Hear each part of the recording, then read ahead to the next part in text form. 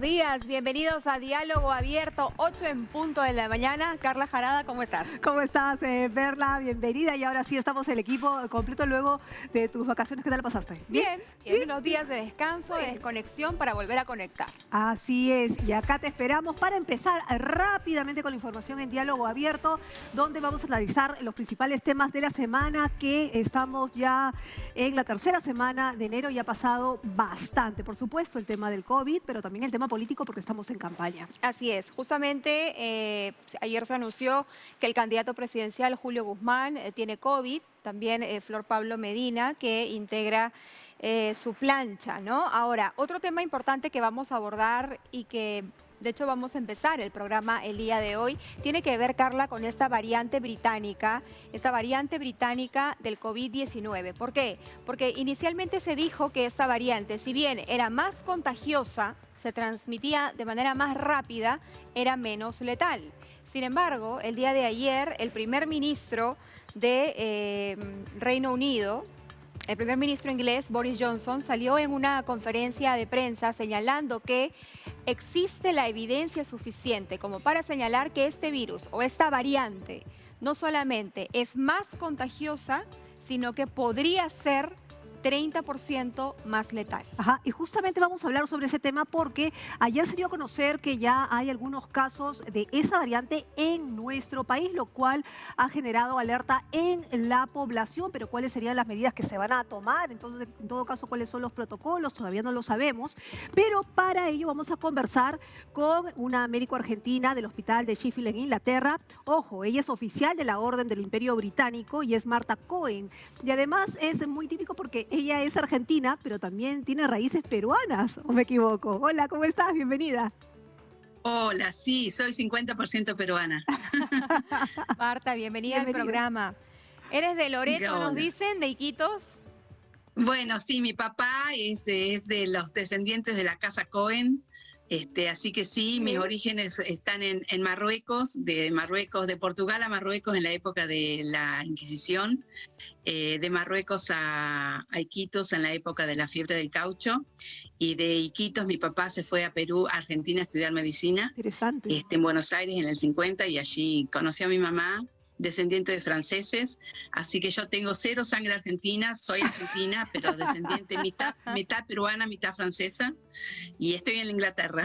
Interesante, te preguntábamos eso porque el tema del mestizaje es muy interesante para nosotros, ¿no es cierto? Pero bueno, vamos a hablar ya sobre este tema que se ha anunciado sobre la nueva variante, y el primer ministro inglés Boris Johnson anunció que hay evidencias de que esa variante británica del coronavirus está asociada a un mayor nivel de mortalidad, ¿no? Además de ser más contagiosa, que ya se había anunciado, pero el tema de la mortalidad, de la letalidad, es lo que más alerta ha causado, ¿no? Sí, bueno, es interesante porque yo esto ya lo había puesto como una posible predicción a principios de diciembre, cuando ustedes saben que en mis redes yo vivo subiendo toda la información, y cuando sale esta información en el mes de diciembre de que habían determinado esta nueva variante que se llama B117, que surgió en una persona infectada en la zona de Kent el 20 de septiembre, y ahí habían hecho un análisis de unos 1.068 enfermos, encontraron que el 60% era esta cepa, que la edad media era de 41 años, porque puede infectar a gente más joven. No es que tiene predilección por los jóvenes, sino que las cepas anteriores respetaban más a los jóvenes y a los niños porque tenían más dificultades para ingresar el virus al organismo. Ahora estas mutaciones, que son 23 mutaciones que han surgido en esta variante, una de ellas facilita el ingreso al cuerpo de también jóvenes y niños, que por lo tanto se van a infectar más que antes. Ahora, pero la edad media a principios de diciembre era de 41 años, el mayor era de 60 y el menor es de 11 años. Entonces decían, la mortalidad es la misma. Yo en ese momento, en diciembre, hice esta advertencia, que bueno, es lo que ahora parecería cumplirse. Ojo, porque los jóvenes y los niños tienen de por sí menos síntomas y menos mortalidad porque tienen sus alvéolos pulmonares más sanos, sus vasos sanguíneos más sanos, su cerebro más sano, su corazón más sano. Entonces responden mejor a las infecciones. ¿Qué pasa si esta infección están mayores de 60 años? Y bueno, y esto es lo que aparentemente están encontrando, es que cuando este virus infecta a mayores de 60 años, la mortalidad podría ser hasta un 30% mayor. Ok, a manera entonces de que este virus avanza, Marta, vamos descubriendo de qué manera nos infecta, ¿no? Es un día a día para ir conociéndolo y descubriéndolo, y por eso es que hay tanta información nueva. Hablemos sobre las vacunas, porque los científicos creen que aún con esta variante, las vacunas van a ser eficientes. Pero yo me pregunto, aunque hayan mutado, si potencialmente continuasen cambiando, continuasen mutando y saliendo más variantes, ¿qué pasaría con las vacunas desarrolladas hasta el día de hoy?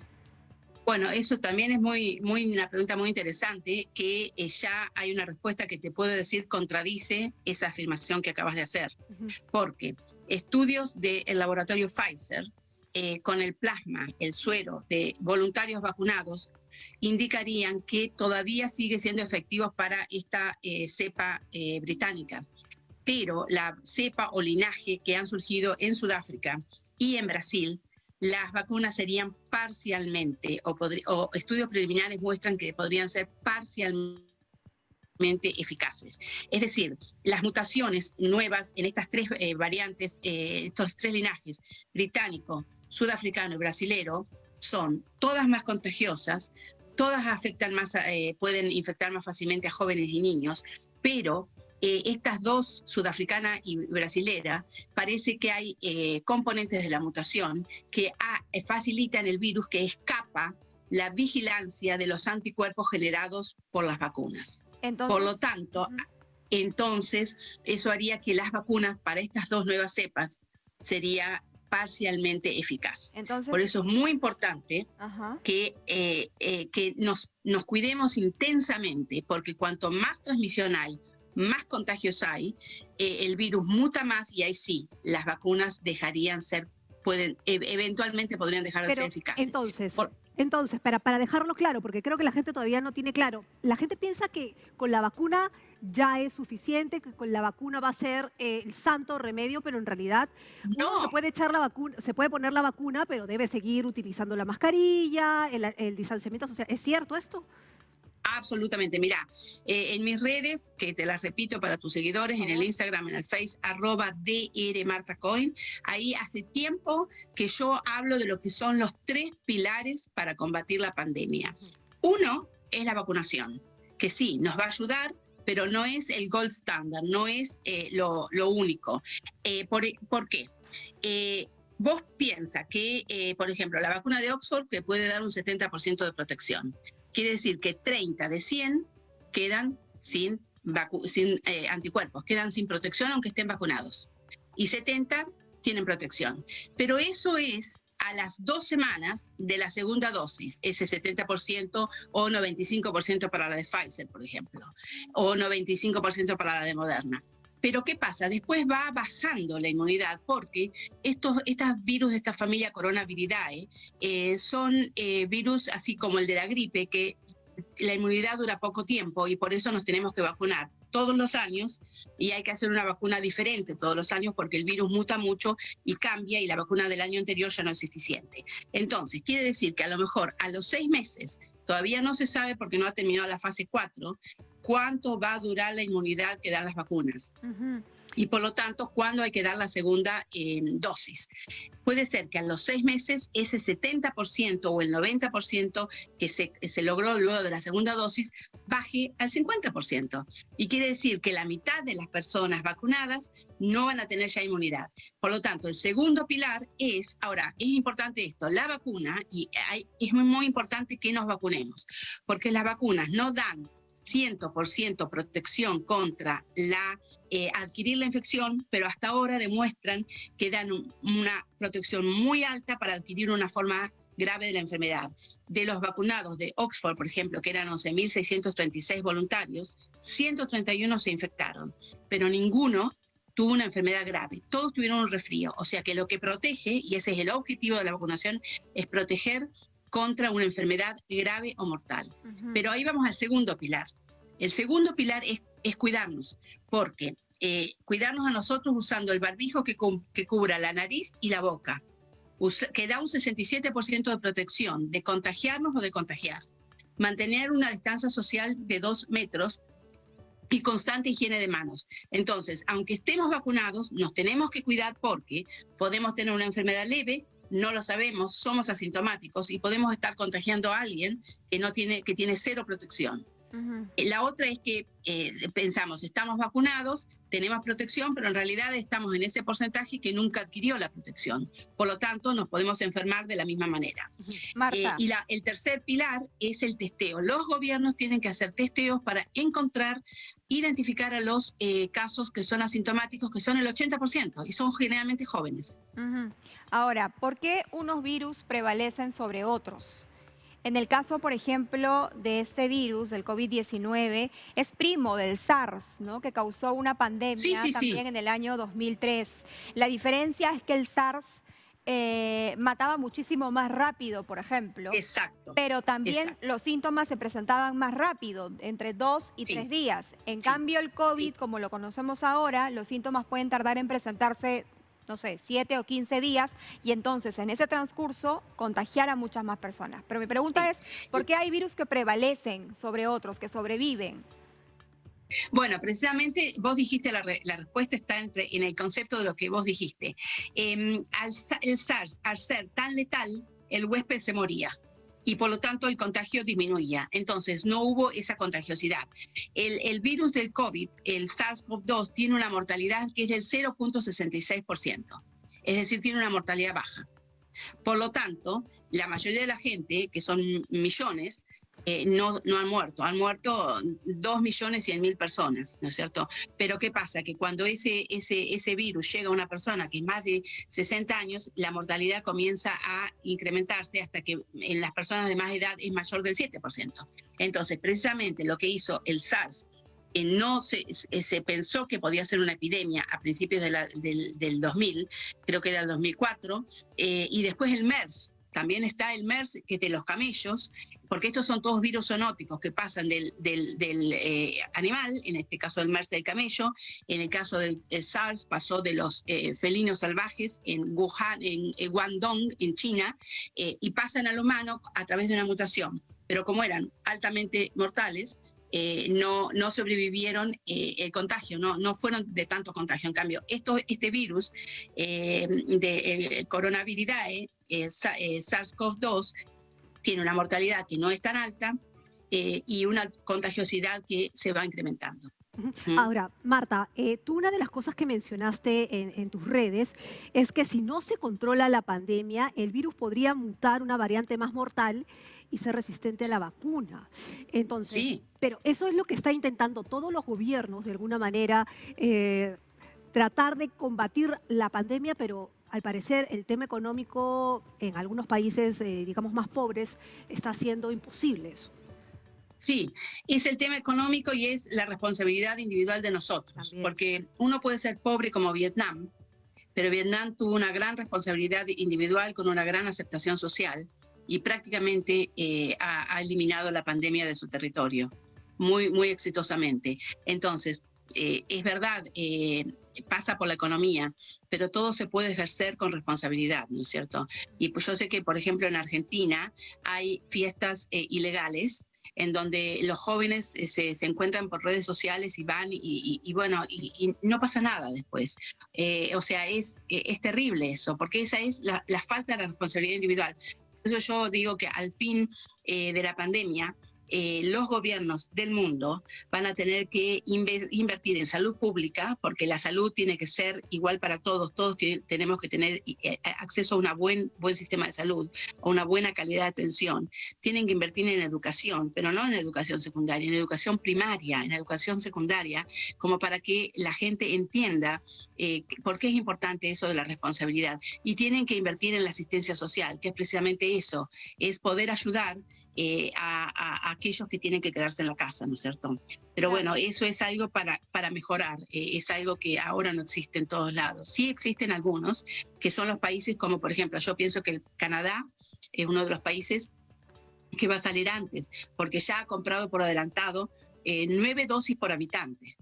9 dosis por habitante. Y otros países, como África, no van a llegar hasta el 2022. Pero O sea Marta, que la inequidad en las vacunas es terrible. pero Marta, no solamente es el tema de las vacunas, sino que, digamos, aquellas personas que han sufrido de COVID, muchas de ellas tienen secuelas y son secuelas que pueden ser desde problemas en los pulmones, efisemas pulmonares, por ejemplo, hasta problemas de enfermedad mental como ansiedad, depresión. Es decir, no sabemos a ciencia cierta cuáles serán todas las secuelas que deja el COVID. Para ello también necesitamos un sistema robustecido de salud, del cual muchos no Sí, tenemos, ¿no?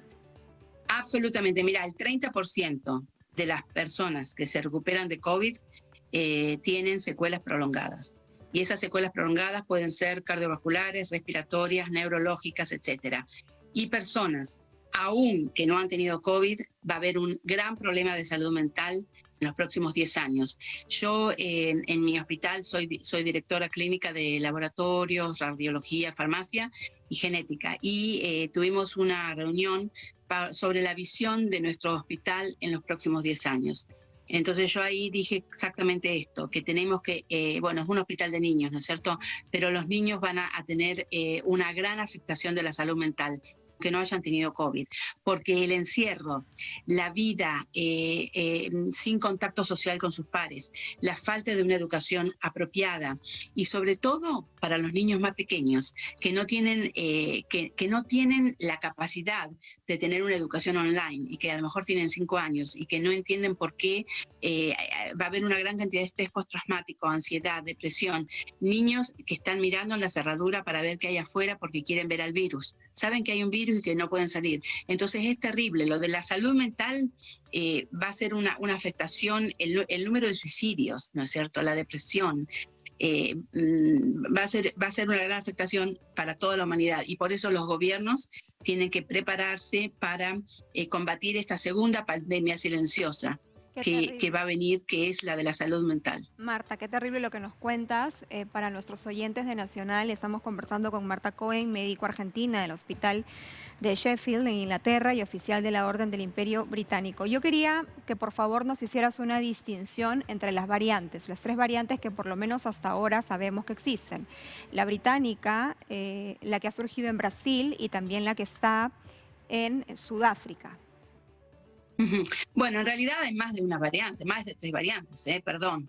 La variante inicial que surgió fue la L en Wuhan, y a partir de ahí esa variante que era menos contagiosa que estas actuales, luego prácticamente no circula más, porque ha sido superada por las otras. Cuando viene una variante más contagiosa, esa variante toma el lugar de las otras. La cepa que circula en toda Latinoamérica y en Estados Unidos era la cepa G, más contagiosa que la cepa L, ¿no es cierto? Y luego vino una cepa intermedia que fue que surgió en junio en el noreste de España y que la gente que vino de vacaciones en junio, julio, agosto la lleva a Noruega, Alemania, el Reino Unido, etcétera, Francia, y ahí surge la segunda ola que fue en septiembre. Y luego, bueno, viene esta tercera ola para nosotros, que es la variante BB17, que es la de Kent, ¿no es cierto?, que surge el 20 de septiembre. Pero, como ya dije antes, estas variantes, la de Brasil, la de el Reino Unido y la de Sudáfrica, tienen una mutación común. Tienen 23 mutaciones, más o menos la del Reino Unido, pero hay una que es común con las otras dos, que está en la espiga de la corona y que está en la glicoproteína S, que es la que permite, esa glicoproteína S es la que permite al virus ingresar por unos receptores que ya están en el organismo, que se llaman de la enzima convertidora de angiotensina 2, que está en la cavidad bucal, en las fosas nasales, y por eso entra cuando respiramos o cuando alguien nos tose o nos respiramos el aire que está en el medio ambiente, donde puede estar hasta media hora luego de que una persona, por ejemplo, tosió, estornudó, gritó, cantó fuerte y queda en el aire, ¿no es cierto? Ahora, con esta variante ingresa mucho más fácilmente en el organismo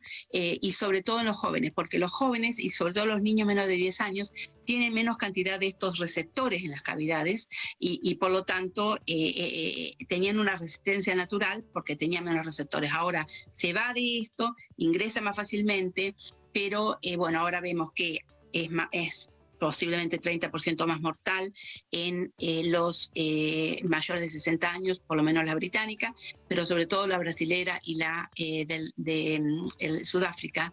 Otras mutaciones que comparten ellos la haría que puedan evadir el sistema inmune, y por lo tanto, si una vacuna después despierta anticuerpos neutralizantes contra los antígenos que están en el contenido de la vacuna, como esta mutación es diferente, no serían reconocidos y por lo tanto la vacuna es menos eficaz. Marta. O sea, ese es más o menos el resumen, y también el 50% más contagiosa son las de Brasil y las de Sudáfrica, o sea, son también más contagiosas. Ok, Marta, y si eso lo trasladamos al Perú, porque digamos, ya se ha mencionado que se han encontrado varios casos de esta variante inglesa en nuestro país. Entonces, claro, nosotros todavía no hemos recibido un protocolo específico, aunque suponemos que es el mismo, ¿no es cierto? Es el mismo, pero ¿qué podemos hacer? ¿Cómo es el tema de la letalidad? ¿Cuáles son los protocolos, los cuidados que debemos seguir? O, en todo caso, ¿qué medidas se podrían tomar, ¿no? Y porque además, Bueno. Marta, como lo comentábamos con Carla, las diferencias en América Latina son enormes. Es una característica de América Latina. En este momento en el Perú hay personas que están llegando a los hospitales con 60% de saturación, pero no hay camas de cuidados intensivos y la gente está muriendo por falta de atención, porque conforme pasan las horas y están a la espera de que se desocupe una cama, ya el pulmón no está comprometido al 60, sino al 70 y al 90 y terminan falleciendo. Entonces es una realidad tremenda y es muy doloroso para nosotros, ¿no? Lamentablemente, no hay nada que puedan hacer excepto mantener el uso del barbijo, quedarse en la casa, trabajar desde la casa todos los que puedan, mantener la distancia social y la higiene de manos. El virus no va a respetar que un país o una sociedad o un grupo de gente no pueda no respetar estas medidas. Es decir, no hay otra cosa. No hay otra cosa. Y yo entiendo que es difícil y que a veces puede ser imposible en trabajadores que dependen de su venta en el mercado día a día. Pero bueno, es la única manera y a lo mejor hay que ser ingeniosos, ver de qué manera. Hay fundaciones como la Fundación Gavi, de la que participa el Banco Mundial, Bill y Melinda Gates Foundation, etcétera, que están juntando dinero para ayudar a los países que lo necesitan. El problema es que en este momento lo único que hay es eso. Y mira, yo te quiero contar que en donde yo vivo hubo una epidemia de plaga en el año 1665. 1665. Llegó unas telas a la casa de un sastre de Londres donde estaba la plaga en el 1666, un año después que había comenzado. Contagia con las pulgas que venían en la tela, que tenían Yersinia pestis, contagian al sastre, contagian al ayudante, se mueren, se empieza a morir gente. El poblado que se llama Iam, que es un pueblo histórico, precisamente se lo conoce como el pueblo de la plaga, vivían 272 personas. Inmediatamente comenzaron a morir y se dieron cuenta que era algo que se pasaba de uno a otro. No sabían qué. Entonces decidieron aislarse. Decidieron tomar la responsabilidad individual de aislarse, que nadie saliera del pueblo para que la enfermedad no pasara más allá. Usaban unas máscaras que parecían máscaras de carnaval, ¿no es cierto? Y tenían una idea primitiva de lo que era la higiene. Que ponían para los pobladores de los vecinos pueblos que les venían a traer comida, ellos les pagaban con monedas que dejaban en unos cuencos con vinagre, que no es alcohol, pero ellos tenían la idea de que tenía que ser limpio, ¿no es cierto? La plaga no salió de Iam. Ahora murió 1/3 de la población, murieron 80 de los 272 pobladores, se sacrificaron. Pero eso fue la responsabilidad individual con la aceptación social. Es decir, eso que fue en el 1666 sigue tan válido hoy. Y lo hicieron en el año 1666. Así que yo creo que cada uno de nosotros podemos mejorar. Cada uno de nosotros podemos mejorar y poner nuestro granito de arena para ver cómo podemos hacer para no transmitir la enfermedad al de al lado, ¿no es cierto? Para cuidarnos a nosotros, para cuidar al otro. Porque las vacunas, ahora estamos preocupados por la cepa británica, por la cepa sudafricana, perdón. Las variantes son muchísimas, no son solamente 3, hay más de 15 variantes que han surgido, hay más de 4.000 mutaciones que han pasado desde el inicio de la cepa L en Wuhan hasta ahora. Marta. Por supuesto, no todas con significado clínico, pero quiere decir que cuanta más contagios hay, el virus pasa más de una persona a otra, de un huésped a otro, y tiene que mutar, tiene que adaptarse, y para adaptarse muta. Entonces, ustedes podrían estar generando la propia cepa sudamericana.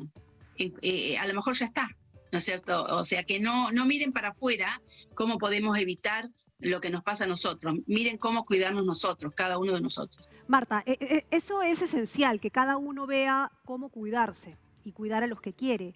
En ese sentido, también obviamente habrá que tomar medidas y algunos plantean una cuarentena, volver a la cuarentena. Es más, algunos países han vuelto a la cuarentena.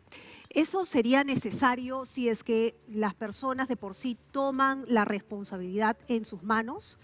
Es decir, volver a la... ¿Puede ser o va de la mano? Bueno, hay que ver cuál es el número R de ustedes. Es decir, el número R es cada persona cuántos contagia. El número R debe ser menos de 1. Es decir, que una persona contagia menos de una persona. En Reino Unido en este momento había llegado a 1.5, o sea que una persona contagiaba 1,5, se puso cuarentena estricta. Ahora está en 1, pero a pesar de todo sigue la cuarentena estricta. ¿Por qué? Porque el virus es más contagioso. Es decir, que a pesar de que estamos en el número R, probablemente va a tener que ser mucho menos de 1, si bien porque es mucho más contagioso. Pero la otra cosa es muy importante, el país tiene que determinar cuál es su capacidad de terapia intensiva y ver cuál es el número de camas que tiene que tener ocupadas con terapia intensiva como para incrementar el grado de cuarentena. Por ejemplo, acá es de 200 y ya superamos las 200, ¿no? Personas en terapia intensiva tiene que ponerse en cuarentena fase 4. Y la otra cosa importante es el número de test. ¿Cuántos test se están haciendo en Perú en este momento? Ahora, Marta, ¿Saben mira, ustedes? Por ejemplo, todos los días o sea, tenemos... tienen que hacer muchos test y la Organización Mundial de la Salud indicó que menos del 10% de los test realizados diariamente tienen que ser positivos. Si son más del 10% los test positivos, quiere decir que es insuficiente. O sea que todo no es decir, bueno, vamos a hacer tal cosa. No. La Organización de Salud Pública de cada país o de cada gobierno tiene que tener herramientas y tiene que saber cuáles son sus indicadores, ¿no es cierto?, para tomar una decisión.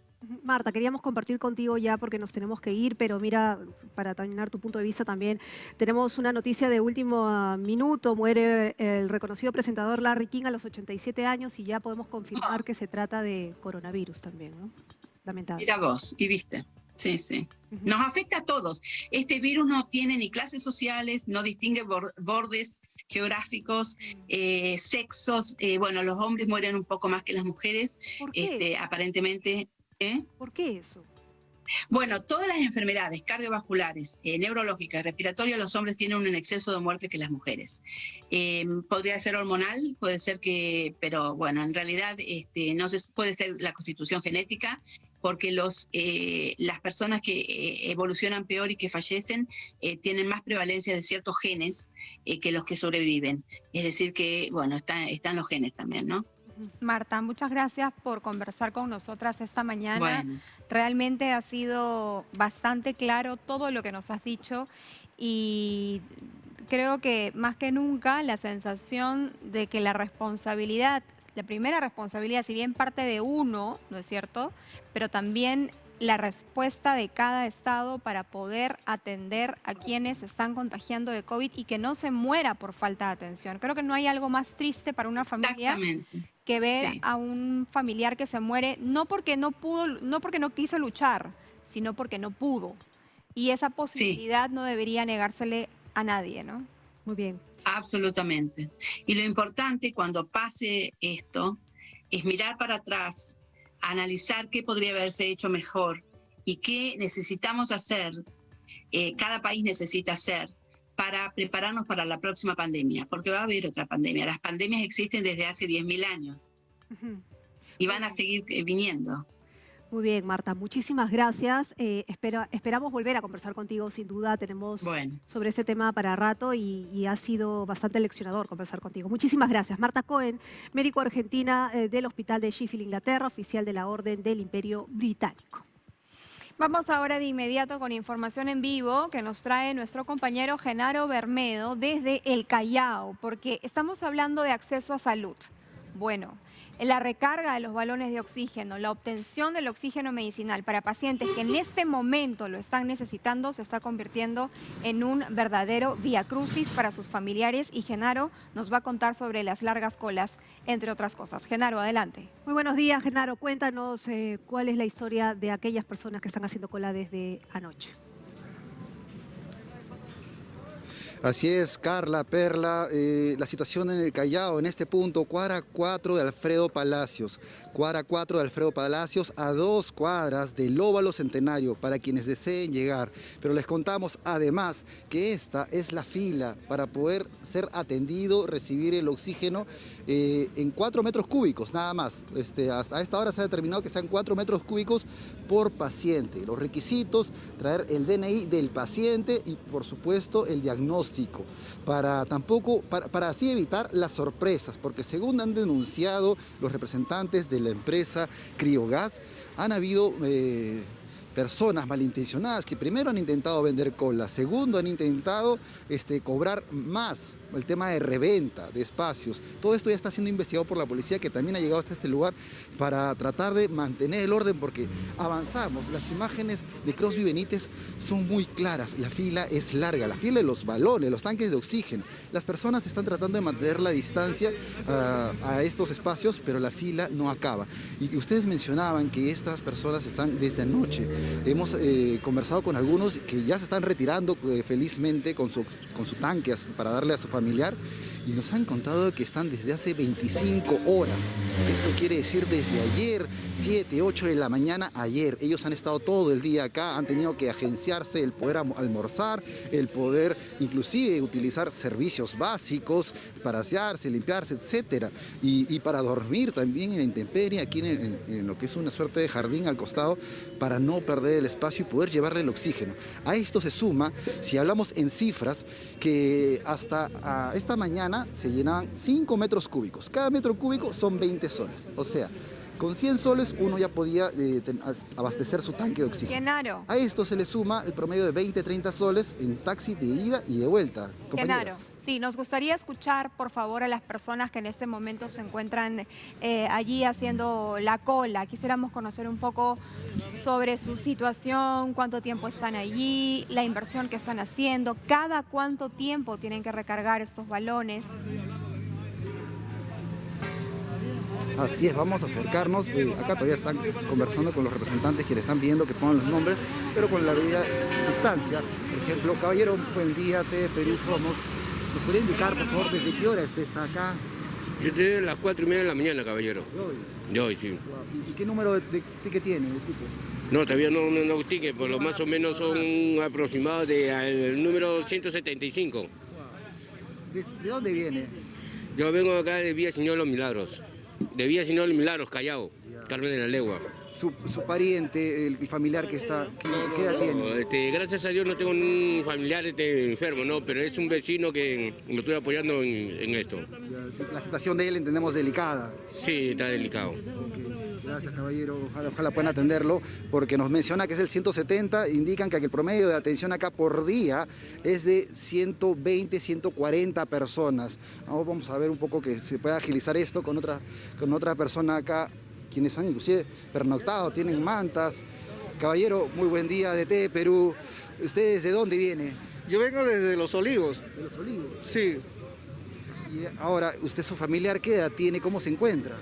Bueno, en la casa de mi mamá, ella tiene 92 años. Y tengo mi hermana que tiene 65 años.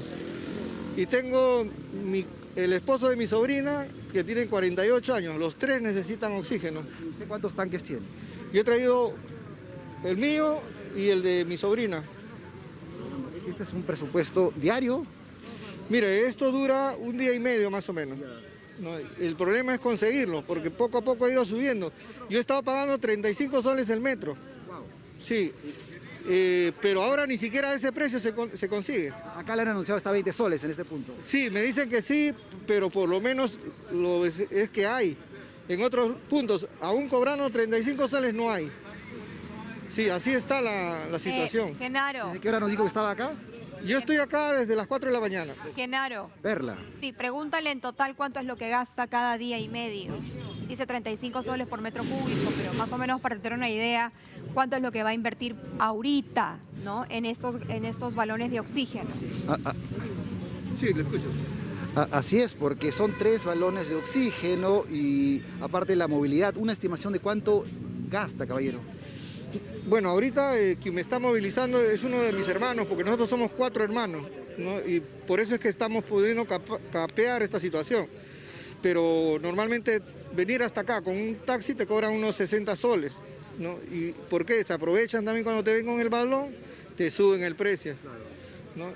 Y en realidad, pues ahorita conseguir un balón de gas, tú necesitas urgente, te dicen, tengo a 1.500 con todo y gas y todo y tanque, tengo a 2.500.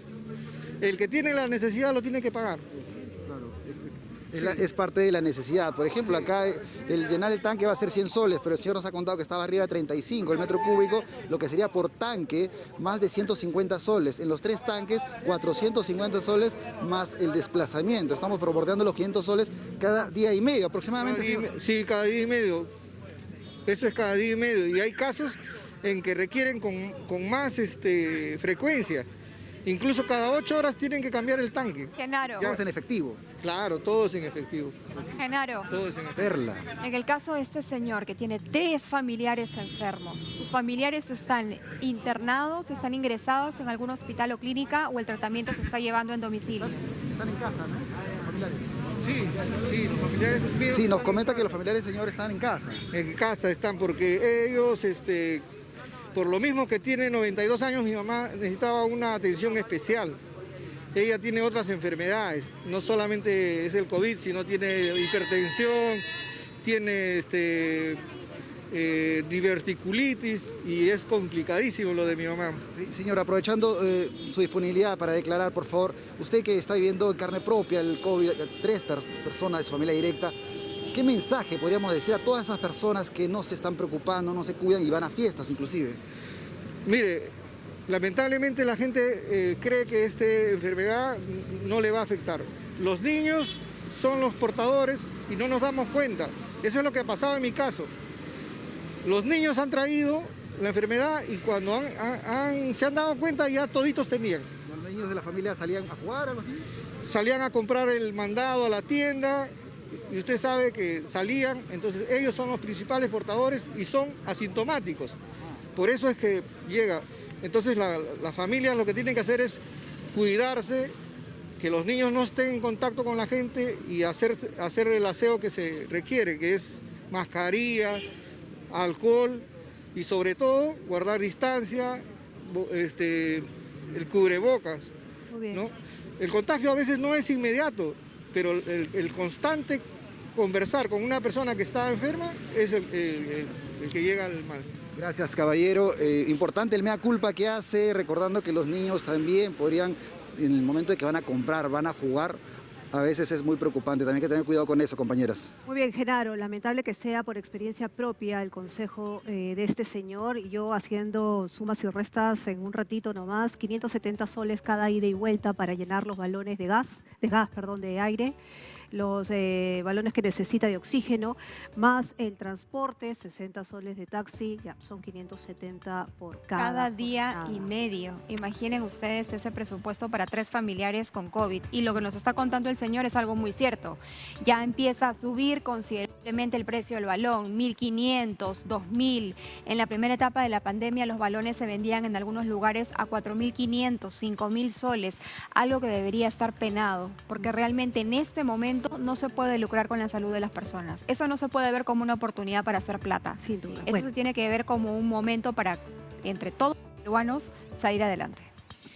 Muy bien, vamos ahora a pasar a otro tema y vamos a ver qué tan pertinente es esta decisión. RENIEC ha tomado una decisión respecto a los trámites que se tienen que hacer, esto de cara, obviamente, a las próximas elecciones. Estamos con Salvador Sambén, él se encuentra justamente en la sede del centro de Lima. Salvador, ¿cómo estás? Muy buenos días. Buenos días, Carla. Buenos días, Perla. Como tú mencionabas bien, precisamente me encuentro en el Jirón Cusco, en los interiores de la sede de RENIEC, en el cercado de Lima, para comentarles que esta institución ha retomado los trámites a citas. Es decir, para hacer un trámite presencialmente tiene que ser por citas. ¿Y a qué se debe esto? ¿Por qué es importante? Les cuento más o menos de qué va, de qué se trata. Con la llegada de la pandemia a nuestro país, en marzo del 2020, los servicios en las instituciones del Estado se clausuraron, incluido RENIEC, y entonces en marzo, abril, mayo, junio, julio no hubo atención. En agosto, cuando se retomó la atención presencial, se persiguió aglomeración, las personas venían en diferentes horarios, diferentes días, y con el incremento de contagios a causa de la segunda ola de la pandemia, lo que se quiere evitar es que RENIEC se convierta en un foco de contagio. Precisamente para ello han implementado un servicio virtual con el fin de que las personas no tengan que venir presencialmente y la mayoría de los trámites los realicen vía web. Para comentarnos las virtudes y los aspectos positivos de realizar un trámite web y no arriesgar la vida viniendo presencialmente y generando aglomeración, vamos a conversar con Silvia Chinga. Ella es subgerenta de apoyo y coordinación nacional de RENIEC para que precisamente nos cuente qué trámites puedo realizar vía web y cuáles son esos beneficios. Buenos días, señorita Silvia, estamos en vivo para TV Perú. Cuénteme, por favor, ¿cuáles son esos trámites que puedo realizar vía web? Muy buenos días. Se puede hacer el trámite de renovación de DNI, que es el servicio más demandado por la entidad. Se puede hacer la inscripción de nacimiento. Estos dos servicios están vinculados a una previa validación de identidad a través de nuestro app, que es el DNI biofacial, el cual se descarga desde Play Store. Se realiza esta validación de identidad con toda la seguridad jurídica que corresponde al registro y se complementa con el registro a través de nuestra página web www.reniec.gov.pe, opción servicios en línea. Si es que los ciudadanos tuviesen alguna dificultad o alguna duda, RENIEC ha puesto a disposición nuestra agencia digital RENIEC, ¿no? Que es un servicio de apoyo, un servicio orientativo, ¿no? Al cual los ciudadanos tienen opción de solicitar una atención personalizada desde las 7 de la mañana hasta las 11 de la noche en horario corrido de lunes a viernes. Para ello acceden a nuestra central telefónica, que es el 315-2700, 315-4000, anexos 3000, 4000, 5000 y 6000, ¿no? Van a recibir toda la orientación a fin de que los registros a través de nuestras páginas web sean exitosos y no tenga el ciudadano la necesidad de venir a nuestras oficinas, ¿no? La finalidad es evitar la presencia física del ciudadano en los casos en los que los servicios ya están implementados a través de nuestras plataformas virtuales, ¿no? Como bien lo has mencionado, necesitamos evitar las aglomeraciones, necesitamos que el ciudadano opte por los servicios vía web, ¿no? Y adicional a ello, a fin de también controlar los aforos y controlar las aglomeraciones, RENIEC ha nuevamente regresado al sistema de citas, ¿no? Por ahora a Lima Metropolitana, ¿no? En principio se están evaluando algunas regiones adicionales, ¿no? Y los ciudadanos van a poder también acceder a este sistema para un ordenamiento, para evitar aglomeraciones. Todo es en miras de proteger a la ciudadanía, ¿no? Para los señores, señoras, jóvenes que quieran realizar estos trámites vía web, Me comenta que van a haber unos operadores que los van a estar orientando. ¿Ellos les pueden hacer cualquier pregunta respecto a su trámite? Correcto, correcto. Es un apoyo orientativo total, ¿no? Van a orientarlos, apoyarlos para que se hagan los registros exitosos en nuestra página web, en todos los servicios en línea que tenemos, ¿no? Y nuevamente repetimos los teléfonos, ¿no? La central telefónica es 315-2700, 315-4000, anexos 3000, 4000, 5000, 6000, en un horario extendido de 7 de la mañana a 11 de la noche, ¿no? Invocamos a la ciudadanía a optar por los servicios virtuales, no solamente asistir a nuestras oficinas en los casos realmente necesarios en que se requiera la presencia del titular, como por ejemplo para el recojo del DNI, ¿no? El cual todavía no se va a incorporar dentro del sistema de citas, ¿no? El ciudadano puede venir a recoger su documento. El sistema de citas está enfocado básicamente a controlar digamos, la llegada de los ciudadanos para solicitar una renovación, pero el trámite se puede hacer vía internet. En realidad invocamos a que la elección sea esa, ¿no? A realizar el trámite vía web.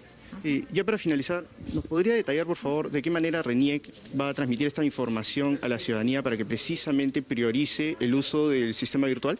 Sí, bueno, se están sacando notas informativas, tenemos acceso, bueno, páginas en las redes sociales, que es ahora el medio más usado por toda la ciudadanía, ¿no? Y bueno, también en los medios de comunicación que son aliados estratégicos, ¿no?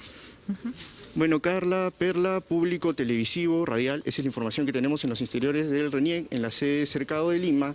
Decirle a la población que priorice, por favor, el sistema virtual. Van a haber operadores que los van a estar ayudando en todo momento para que puedan resolver sus dudas. Vuelvo con ustedes a estudios.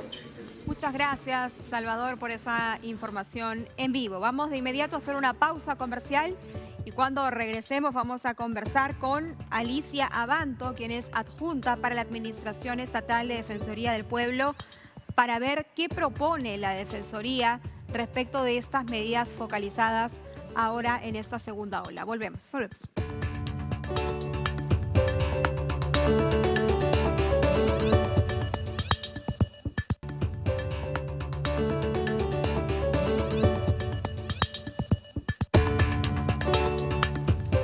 Muy bien, seguimos en Diálogo Abierto por TV Perú y Nacional. Y seguimos conversando sobre los temas que han marcado la agenda de la semana. En esta ocasión vamos a hablar con Alicia Abanto, adjunta para la Administración Estatal de la Defensoría del Pueblo.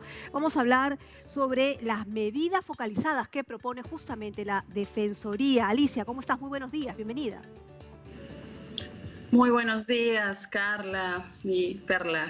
Muchas gracias por la entrevista. Gracias por estar con nosotras. El gobierno ha decidido separar a Perú dependiendo de la intensidad de cómo se está desarrollando el virus en cada región y para eso ha desarrollado un semáforo, ¿no?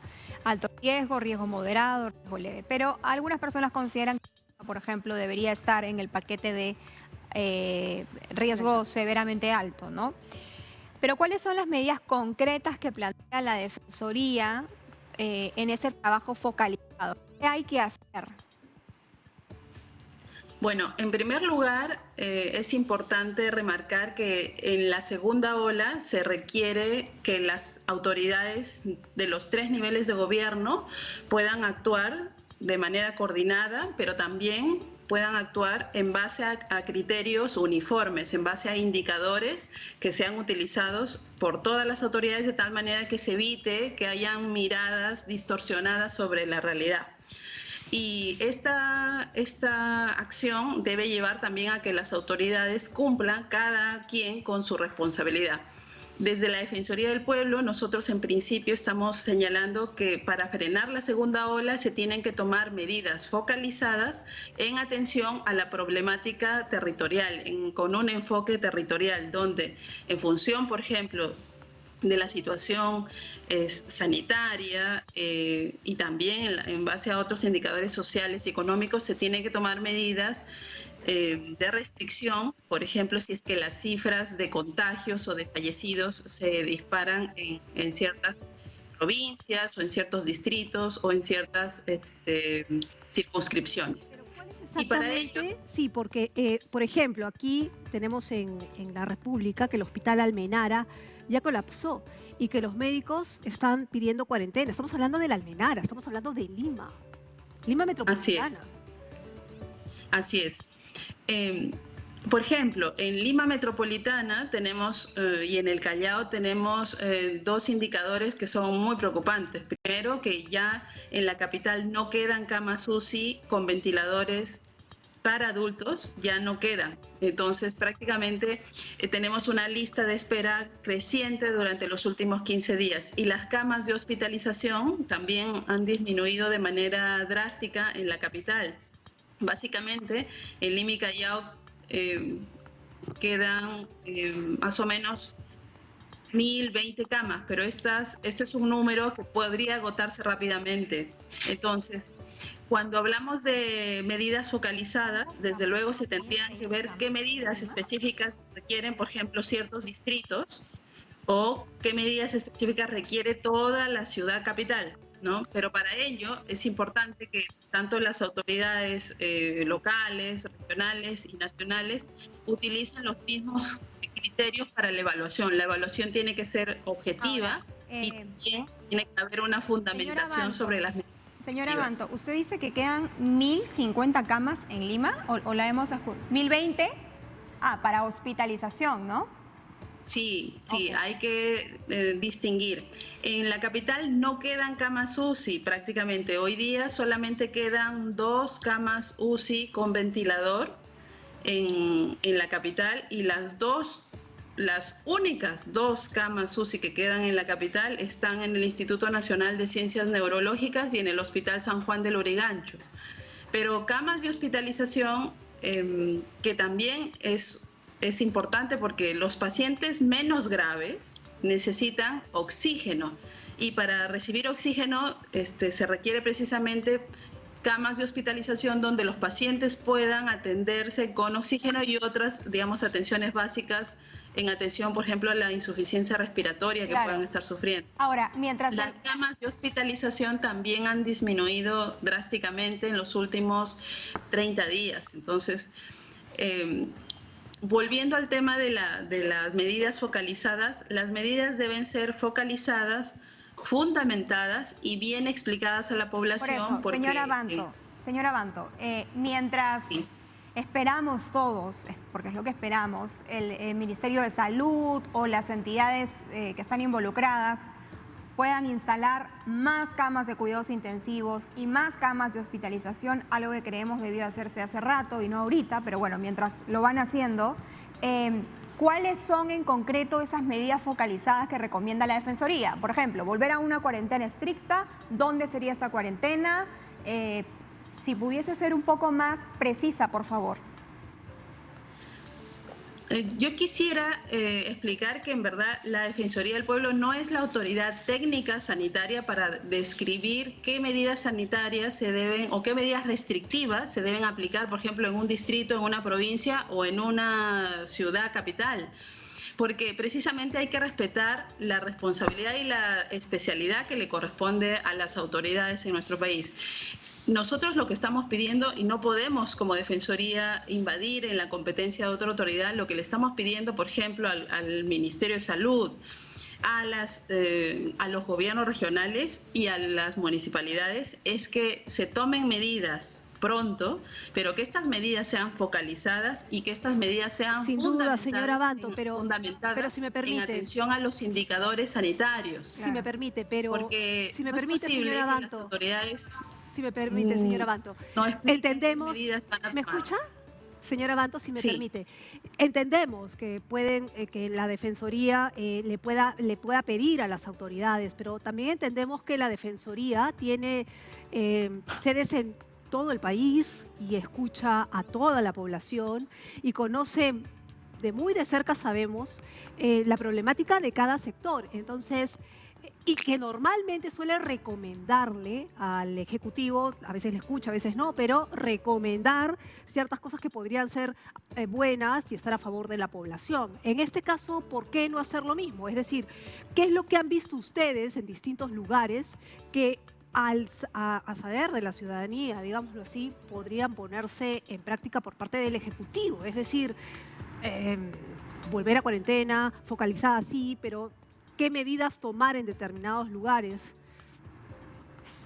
Además, yo quisiera remarcar que sí hay, digamos, nosotros en este momento no podemos señalar en qué distrito o en qué provincia hay que aplicar una cuarentena, porque esa no es, digamos, la responsabilidad de la Defensoría.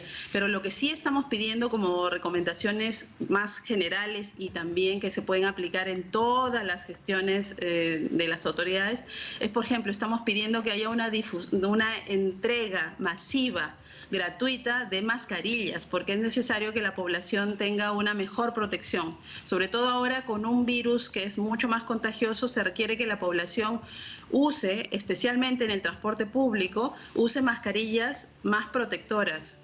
No se puede descuidar el uso de mascarillas y por tanto estamos pidiendo la entrega, ¿no?, y la difusión masiva de pautas para que se puedan usar correctamente las mascarillas y proteger a la población.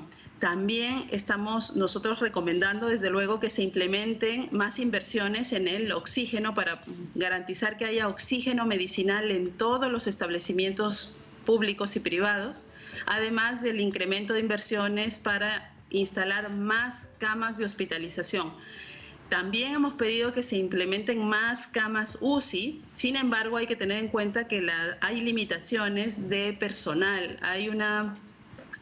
El gremio de intensivistas ya ha informado que están al límite y por tanto también le estamos explicando a la población de que ante la imposibilidad de duplicar, por ejemplo, el número de camas UCI en el país, es clave que la población pueda hacer su máximo esfuerzo de cumplimiento de las reglas de prevención, el uso adecuado de las mascarillas, el distanciamiento social, evitar desde luego lo que ya es absolutamente inaudito en estos tiempos, que haya, por ejemplo, fiestas COVID o ese tipo de actos, ¿no? Bien, muchas gracias por conversar esta mañana con nosotras.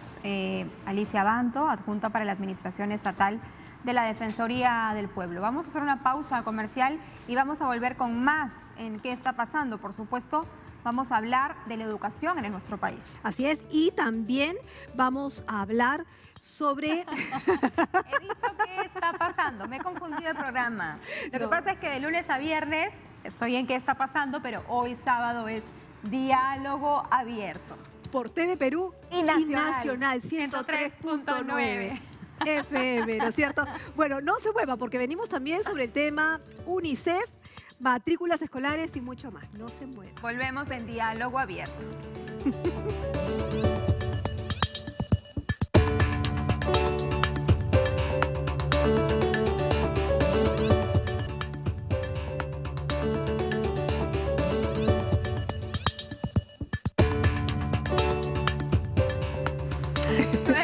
Con 4 minutos. Vamos a continuar con la información. Vamos a hablar con Mariela Zapata Tipián. Ella es directora general de calidad de la gestión escolar del Ministerio de Educación. Carla. Así es, la matrícula de colegio se inicia el lunes. Qué miedo para los padres de familia. Sí. Qué miedo si es que no se da, digamos, de manera ordenada, pero parece ser que hay nuevas formas para que la matrícula, digamos, fluya, ¿no es cierto? Porque el contexto de emergencia sanitaria este año menciona que se debe priorizar el uso de dispositivos electrónicos y medios digitales. A ver, ¿cuáles son estos? ¿Qué tal, señora Zapata? Bienvenida. Buenos días, bienvenida. Buenos días, Carla y Perla. Muchas gracias por la invitación. En algún momento se habló sobre la posibilidad de regresar a una presencialidad o a una semipresencialidad. Entendemos que a la luz de las cifras y esta segunda ola sería lo menos inconveniente por la salud de los niños, ¿no?, y de los estudiantes. Entonces, ¿va a ser este 2021 todavía un año virtual en su totalidad? ¿O hay una expectativa del Minedu en que en algún momento del año se pueda regresar, aunque sea a una presencialidad parcial? Sí, Perla, como ya ha anunciado el señor ministro, hasta el 15 de abril las clases serán totalmente remotas, ¿no?, a distancia. y luego de ello se evaluará conforme a cómo evoluciona la pandemia y los indicadores de salud, ¿no? Esas decisiones se irán tomando conforme pase el tiempo, siempre priorizando la salud de la población. Ahora, el lunes empiezan las matrículas y generalmente había colas en los colegios, ¿no? Sobre todo en los colegios estatales que son buenos, que tienen buenas referencias. Eso no se va a poder hacer, obviamente, por la situación en la que estamos viviendo. ¿Cómo se va a proceder ahora, tanto en privados como en públicos, ¿no? Sí, Carla, la matrícula, como tú has mencionado hace unos momentos, debe priorizar el uso de medios digitales, es decir, los directores, cada colegio es responsable de poner a disposición los medios digitales para realizar esta matrícula, que en los colegios públicos empieza este lunes 25 y acaba el proceso de recepción de solicitudes el 26 de febrero. Luego se realizará el proceso de asignación de las vacantes entre el 1 y el 5 de marzo y los directores deben, por ejemplo, de poner a disposición un correo electrónico, un teléfono, WhatsApp, para poder canalizar las solicitudes, dado que solo se necesita el DNI básicamente, que puede ser enviado por WhatsApp, por correo electrónico, para poder recibir las solicitudes de matrícula, ¿no? Y solo en aquellos casos en los que los padres tengan dificultades de conectividad, por excepción, allí sí debería realizarse una matrícula presencial, pero con orden, ¿no? El director podría, por ejemplo, citar a los padres en orden alfabético, por grados, de modo de que no se generen aglomeraciones en los colegios. Ok, algunos colegios están haciendo una distinción al momento de cobrar la matrícula. Por ejemplo, dicen, si el año va a ser presencial, que ya estamos viendo que no necesariamente, la matrícula es tal cual era antes. Si el año va a ser virtual, entonces va a ser evidentemente menos. Pero si es semipresencial, va a ser igual que como si fuera presencial. Entonces, como estamos todavía sobre la marcha y se van a tomar decisiones sobre la marcha, ¿qué debe hacer un padre de familia? Pagar inicialmente una matrícula por una enseñanza que hasta el 15 de abril va a ser virtual y luego, si se volviera a la presencialidad, aumentar esa matrícula, o hasta qué punto pueden exigir los colegios también ese pago, digamos, desde un inicio del año. Sí, varios temas que son importantes aquí. La matrícula en un colegio privado, que son los únicos que pueden cobrar una matrícula, primero no debe exceder el monto de una pensión mensual, ¿no? Y la información sobre los costos de la matrícula y la pensión ha debido de ser ya difundida a los padres de familia con antelación, ¿no? Si ya los padres de familia estaban el año pasado en el colegio, al menos 30 días antes de empezar, de terminar, perdón, el año pasado el colegio. ¿Y sobre qué monto pagar? Bueno, ante un eventual retorno a la presencialidad, este va a ser igual voluntario, ¿no? No podríamos, digamos, obligar a nadie a regresar presencialmente a la escuela si es que la familia así no lo decide, ¿no? Y si el colegio también nos brinda las condiciones para ello. Entonces, sí es importante que exista un acuerdo entre los colegios y las familias para ver qué tipo de servicio puede ofrecer el colegio aún retornando a la presencialidad, o sea, aún habiendo una autorización, y de acuerdo a eso cobrarse la pensión que corresponda, y también la familia qué disposición tiene de enviar a sus hijos, ¿no? Si sabe que aunque se produzca retorno a la presencialidad, no lo va a mandar, entonces digamos, podría mantenerse en una modalidad no presencial durante todo el año, si así lo desea, o a la mitad del año y luego ya reevaluar su situación. Ajá, esto quiere decir entonces que en algún momento del año los colegios van a tener, o algunos colegios que tengan las condiciones, podrían tener dos sistemas a la misma vez, es decir, presencial o semipresencial y además virtual. ¿Esa va a ser un requerimiento del Minedu? Sí, es posible, efectivamente, si en algún momento del año se restablece la presencialidad, pero que esta no sea obligatoria, perdón, ¿no? O sea, cada familia va a determinar si efectivamente va a mandar a sus hijos al colegio o el colegio también tiene las condiciones. Entonces, efectivamente, en un momento del año pueden coexistir dos modalidades en un mismo colegio, inclusive en un mismo salón, ¿no es cierto? Ahora, ¿qué va a pasar o qué decisiones van a tomar, digamos, en el Ministerio de Educación? Porque una cosa es la calidad de educación y otra cosa también las cosas que no se cumplen. Y hace unos días se publicó el top 10 de colegios más quejados en Indecopi, ¿no es cierto?, del 2020. Entonces, digamos, son los más quejados, pero obviamente hay niños todavía ahí, hay padres todavía que tienen ahí pendientes las quejas y van a seguir poniendo a sus hijos. O sea, es decir, está bien, tienen procesos en Indecopi, pero el Ministerio de Educación, ¿cómo los fiscaliza también, ¿no es cierto?, para que cumplan con lo que prometen en cuestiones de contenido. Sí.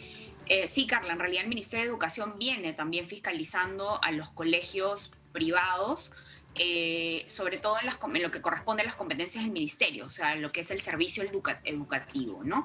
El año pasado también se ha fiscalizado a los colegios para saber si lo que tenían que enseñar, de acuerdo a sus planes de recuperación, era acorde a lo que el currículo nacional indicaba, ¿no? Entonces, el Ministerio de Educación también ha supervisado y va a supervisar también este año a los colegios privados con respecto a lo que tienen que enseñar y al servicio educativo, ¿no? A diferencia de Indecopi, que su rol más va al tema de protección de los derechos del consumidor. ¿Y cuáles fueron, perdóneme, cuál fue el top 10 o el top 5 ya de los colegios que no cumplieron con sus contenidos? Eso para que la gente sepa ahora que se vienen las matrículas, ¿no? Sí, Carla, la información no la tengo ahorita a la mano. Fueron 500 colegios que supervisamos. En realidad, la información todavía se sigue procesando, por eso es que no la tengo a la mano, porque las supervisiones han terminado a fines de año y hay procesos que todavía hay intercambio de información con los colegios para poder cerrar estos procesos de supervisión, ¿no? Ahora, uno de los puntos que justamente sancionaba o verificaba Indecopi es que se estaban pidiendo los uniformes escolares. ¿Para qué se pide uniforme escolar en el 2020, un año que ha sido completamente virtual? No sé. O en todo caso, ¿por qué no se devolvió el dinero de esos uniformes que no fueron utilizados por los niños, ¿no? Y acá estoy leyendo que ustedes están señalando que ni los colegios públicos ni los privados pueden exigir al estudiante la adquisición del total de textos escolares, material didáctico, útiles escolares o de uniforme el primer día de clases. Nuevamente me pregunto, ¿para qué sería necesario exigir un uniforme si no se sabe si se va a volver a la presencialidad? Sí, correcto. En este momento del tiempo, por supuesto, no se podría exigir uniformes, ¿no? Solo en el caso de un retorno a la presencialidad, en ese momento el colegio podría, en coordinación con los padres de familia, solicitar el uso del uniforme, ¿no? Y bueno, y la adquisición del mismo si se requiere. Y no condicionar tampoco la compra del mismo en un lugar específico, ¿no? Pero en este momento del tiempo donde efectivamente hasta el 15 de abril no va a haber presencialidad, no se puede exigir el uniforme, ¿no? Y los útiles también, solamente lo que se requiere para iniciar el año, ¿no? Para que los estudiantes tengan todo lo necesario para empezar el año, pero no todos tampoco el primer día de clases, y eso cada colegio privado también lo establece en su reglamento interno. Pregunta, el año pasado algunos, evidentemente por la pandemia, los textos escolares que se habían comprado se quedaron durante muchos meses en los colegios, ¿no? Los padres de familia entregaron los textos, pero como vino la cuarentena estricta, no se pudo recoger sino hasta, me parece que junio, julio del año pasado. Hay textos que no se han abordado en su totalidad, que se han hecho solo algunas páginas y en su mayoría no se han desarrollado. ¿Se podría este año continuar trabajando o reforzando sobre esos mismos textos escolares? Sí, bueno, los textos escolares el año pasado fueron entregados de manera coordinada con la alimentación escolar, ¿no? Se habilitó una norma para que se pudieran entregar desde las escuelas hacia las familias, al igual que los alimentos de Caliwarma. Este año, bueno, como ya se ha mencionado, la educación es complementaria a la del año pasado, ¿no? En ese sentido, son los docentes quienes van a determinar cuál es la mejor forma del uso de los textos escolares, considerando justamente esa complementariedad entre el año 2020 y 2021 con respecto a la enseñanza.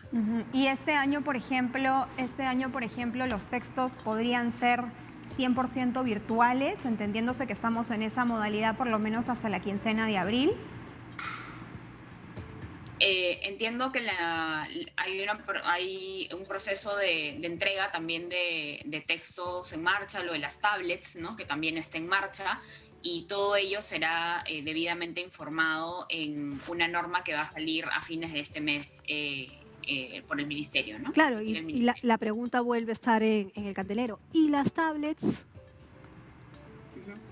Sí, bueno, ahí se ha anunciado que hay una entrega de ya alrededor del 50% de las mismas en marzo, en el mes de marzo, ¿no? Y la otra mitad, bueno, está en un proceso de definición con el proveedor de estas, ¿no? Pero se va a terminar de entregar, digamos, más allá de que haya presencialidad o no, se va a terminar de entregar, ¿sí?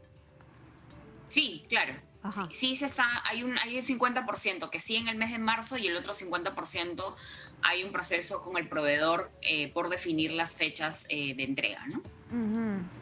Ahora, en resumen, ¿qué es lo que tiene que conocer el padre de familia que va a matricular a su hijo el lunes a nivel virtual? Porque muchos no saben hacerlo a nivel virtual, otros no tienen el equipo, y probablemente otros son reacios a utilizarlos y prefieren ir a hacer su cola al colegio. Entonces, ¿qué es lo que tienen que saber? Sí, primero tienen que informarse sobre en qué colegio tienen interés, ¿no? Matricular a sus hijos. Y para ello yo les informo que existe un portal que es el Identicole, www.identicole.pe. A través de este portal podrán informarse los padres de familia sobre toda la oferta educativa y los datos de contacto de los colegios. Una vez que identifican al colegio de su preferencia, deberán contactarse directamente con el colegio, y este colegio les proveerá información sobre qué medios digitales se está utilizando para la matrícula, ¿no? Ya sea un correo electrónico, un WhatsApp, un número telefónico, un celular, ¿no? Y luego entregar su solicitud entre el lunes 25 de enero y el viernes 26 de febrero. Luego se procederá a la asignación de las vacantes entre el 1 y el 5 de marzo, y ahí los colegios van a informar a los padres de familia sobre si obtuvieron o no una vacante. De no obtener una vacante, es importante mencionar que el Ministerio de Educación va a abrir un proceso a través de una plataforma web de una matrícula extraordinaria, donde vamos a habilitar más vacantes para poder recibir a todos aquellos padres de familia que no pudieron encontrar una vacante hasta ese momento. Bien, muchísimas gracias por conversar con nosotras.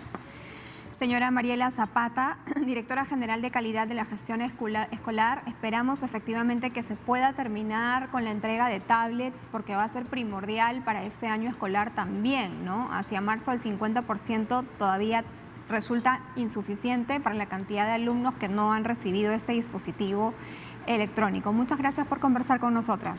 Estaremos en contacto, sin duda, para ver. Sí, hasta luego. Estaremos en contacto, ¿por qué? Porque vamos a ver cuántos alumnos se inscriben. El año pasado hubo un poco de deserción, ¿no es cierto?, escolar, precisamente por eso. Pero bueno, vamos a pasar a otro tema. Vamos a hablar con Diego Macera, gerente general del Instituto Peruano de Economía del IPE. Se propone un nuevo retiro de los fondos de AFP. Justo hablábamos hace unos momentos, fuera de cámaras, que estos retiros han ayudado mucho a algunas personas que se quedaron sin trabajo, pudieron acceder a esto y de alguna manera pudieron hacer negocios emprendedores o simplemente pagar algunas deudas que los tenían ahí, ¿no? Así es. Y claro, entendiéndose además que hay personas que no aportan a la OEF, señor director, por favor. Entendiéndose además que hay personas que no aportan a la AFP hace varios años o como mínimo hace 12 meses. Entonces, personas que están ahorita en una situación precaria o tienen un trabajo informal o simplemente no lo tienen. Conversamos entonces con Diego Macera, gerente general del Instituto Peruano de Economía IPE. Buenos días, bienvenido. ¿Qué tal? Hola, buenos días, gracias por la invitación, encantado. Entendemos que ya se presentó este proyecto de ley que propone un nuevo retiro de AFP ahora de hasta 10 UIT. Sí, a ver, la verdad es que hay varios proyectos de ley que están dando vuelta en este sentido. Sí, efectivamente hay uno, me parece que es de Podemos Perú, que está con retiros de 10 UITs. no, un poco más de 40.000 soles. Hay otros que tienen diferentes condiciones, pero todos apuntando al mismo sentido que habían ido proyectos de ley anteriores. Recordemos además que no solamente han sido proyectos de ley los que han flexibilizado el sistema de pensiones, sino también algunos dispositivos desde el Ejecutivo anterior, ¿no? Estos decretos de urgencia que permitían los retiros de hasta 2.000 soles, ¿no? Hubo dos, y en general lo que se ha ido haciendo es se ha ido comiendo una parte de este ahorro privado que tenían las personas en el contexto de crisis. Ahora, es perfectamente razonable, ¿no?, que una familia que está en una circunstancia muy difícil, con problemas de liquidez, que ha perdido el empleo, el papá o la mamá, es perfectamente razonable que quieran acceder a esos fondos de ahorro privado que están ahí guardados. Pero yo sí creo que hay que empezar a discutir de repente de manera un poco más seria si queremos usar los fondos que son para jubilación como si fueran una especie, pues, de CTS o de cobertura de desempleo, ¿no? Si es así, entonces, bueno, discutámoslo abiertamente y reformulemos como se pueda de manera técnica el sistema, pero lo que yo creo que es incorrecto es consumir los fondos de jubilación cada vez que tenemos problemas financieros como la salida fácil, ¿no? En realidad es la salida más de corto plazo, hasta miope. Creo que hay que discutirlo con un poquito más de claridad y seriedad. Pero ¿en qué medida? Porque hace unos días estábamos hablando justamente con el representante de una AFP y nos decía que estaban en las condiciones de dar a sus usuarios el dinero, ¿no es cierto?, que les correspondía por sus seguros, que la rentabilidad que había bajado en los primeros meses por el tema de la pandemia había subido finalmente y que ellos habían podido hacer responsables de dar ese dinero. Es decir, que sin dinero no se habían quedado, eso era uno. Y dos, que de alguna manera habían bajado las comisiones, es decir, las AFPs habían podido paliar la situación y se habían podido equilibrar y que podían dejar escoger al usuario qué hacer con su dinero, porque si vamos a hacer un paralelo y le pedimos a la gente que sea responsable con su salud, ¿no es cierto?, y hacerlos responsables a ellos de su salud, ¿por qué no hacerlos responsables de su dinero, digamos? Además, las personas no tienen para vivir hoy, probablemente si no tengan para vivir hoy o no tengan para comprar los balones de oxígeno, no van a llegar a un mañana. Entonces, creo que en una situación de emergencia sanitaria se prioriza la atención en este momento. Sí, no, y yo estoy de acuerdo en que aquí la prioridad absoluta tiene que ser la salud y sobre todo atender la vulnerabilidad de las familias que están en una situación más complicada. Ahora, yo sí creo, sin embargo, que hay un punto importante, es también evaluar cuánto es lo que ya se ha retirado de los fondos del FP y se ha puesto a disposición de las familias para que retiren. No recordemos, tuvimos dos de 2.000 soles por el Ejecutivo, de ahí tuvimos este de 25% hasta 4 UITs con la ley anterior, y de ahí se volvió a pasar la última una cuyo tope era más o menos 17.000 soles. No, entonces estamos hablando de cantidades más o menos considerables y de hecho mucho más grandes, y esto es bien importante, mucho más grandes que la que tiene ya la mayoría de afiliados al sistema de FP. Hay muchísimos afiliados, jóvenes y no tan jóvenes, que han vaciado ya su cuenta de jubilación. De nuevo, yo entiendo que en algunas circunstancias esto es perfectamente atendible y absolutamente necesario. Si necesitas comprar el oxígeno, por supuesto. No, pero también tiene los casos de personas que están retirando 10.000 soles o un poco más, ¿no?, para sacarlos y ponerlos en una cuenta de ahorros, o comprarse un televisor, o empezar a prepagar alguna deuda que no era absolutamente imperativo hacerlo. Entonces creo que esto hay que analizarlo con un poquito más de cuidado. Yo, de nuevo, creo que sí hay situaciones en las que es perfectamente atendible que se use parte de este sistema en las situaciones de absoluta emergencia, cuando se justifica. Insisto. Creo que ya para las personas que están hablando de más de sacar por encima de 10.000 o 20.000 soles, hay un poco más debatible. Pero insisto, las AFPs se han puesto las pilas para retener a aquellas personas que, como usted dice, no necesitan sacarla. Es decir, tienen la opción de que cuando van a ir a sacar su dinero, le dicen, ok, te ponemos este fondo para que lo puedas retirar cuando quieras y te vamos a dar una rentabilidad atractiva en el año, pero no la saques. Sácala cuando quieras, pero ahorita no. ¿Esa no es una mejor manera creativa de mantener, digamos, al usuario ahí sin obligarlo y dejarlo elegir? O sea, ponte creativo y mantén a tu cliente, o sea, a tu cliente, en vez de agarrarlo del cogote y hacer precisamente que cuando puedas, desesperadamente, puedas sacar tu dinero porque te da miedo que te lo vuelvan a agarrar y no sacarlo nunca. Sí, de acuerdo, yo entiendo el punto. Yo creo que ahí, o sea, ahí la discusión es un poco más amplia. Ajá. Y es sobre la voluntariedad del sistema. Claro. Si queremos tener un sistema que sea de ahorro forzoso o queremos un sistema donde sea puramente voluntario. Yo creo que en realidad podemos encontrar un camino que está un poco en el medio, ¿no? Y decir, oye, hasta cierto punto, ¿no? donde la persona tenga que aportar para garantizar que pueda pagarse una pensión digna, una jubilación adecuada, hasta ahí yo creo que sí tiene que ser obligatorio. De ahí en adelante, ¿no? el exceso, ¿no? Ya por tu lado, ya que la AFP vea o cualquier otra institución vea qué producto te da para que tú voluntariamente quieras entrar a aportar. Okay. No, porque ya cubriste por lo menos el punto de jubilación mínimo. De ahí en adelante, de repente puede ser voluntario, podemos ajustar los parámetros y ver, oye, tienes que poder gestionar, por ejemplo, la mitad de tu último sueldo, ¿no? Si tú te puedes pagar la mitad de tu último sueldo con el ahorro que ya tienes, entonces ya si quieres aportar o no depende de ti, ¿no? Esa es una opción. Pero hay personas que no pueden llegar a un mínimo aceptable de pensión porque... ¿Lo tenemos? ¿Sí? Allá. Hay personas que no pueden llegar a un mínimo aceptable de pensión porque estuvieron bajo un régimen laboral hace algunos años y luego ese régimen se cortó y ahora, por ejemplo, están por recibos, son completamente independientes o tienen algún negocio propio. Entonces, lo que hayan aportado a la AFP durante esos años no alcanza ni para tener una pensión de, no sé, 200 soles mensuales o 300 soles mensuales. Entonces, en esos casos, entendiéndose además que nuestro país es altamente informal y muy emprendedor, sí debería dársele la posibilidad al cliente para que retire las 10 UIT o lo que se pueda aprobar en el Congreso. Sí, a ver, las personas que están en la situación, o muchas de las que están en la situación que describes, de hecho ya retiraron lo que tenían que retirar, ¿no? Porque decía, más de la mitad de las cuentas tienen menos de 5.000 soles, o tenían menos de 5.000 soles antes de empezar la pandemia. Muchas de estas ya están en cero.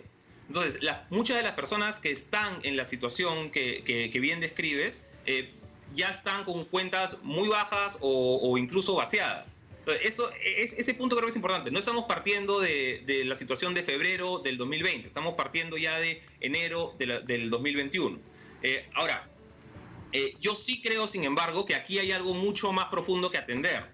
No, más allá de si retiramos hoy día o no retiramos hoy día, sí hay un problema con lo que mencionas, sí hay un problema estructural en el sistema de pensiones en general, ¿no? Y yo creo que lo estamos atando necesariamente a esta condición de trabajo formal dependiente, y prácticamente si no tenemos un trabajo formal dependiente, ¿no? que es la gran minoría de personas, estamos hablando pues de 1 de cada 5 peruanos más o menos, entonces casi no estás en el sistema de pensiones.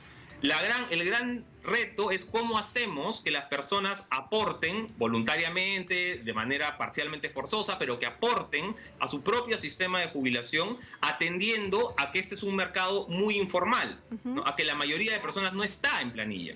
Entonces, ¿cómo empezar a hacer eso? Ahí esa es, si quieres, la pregunta más grande que tiene que resolver la Comisión de Pensiones del Congreso, esta que lidera ahora la señora Omonte, y que entiendo que en una semana o por ahí tiene que empezar a entregar su propuesta técnica al Pleno.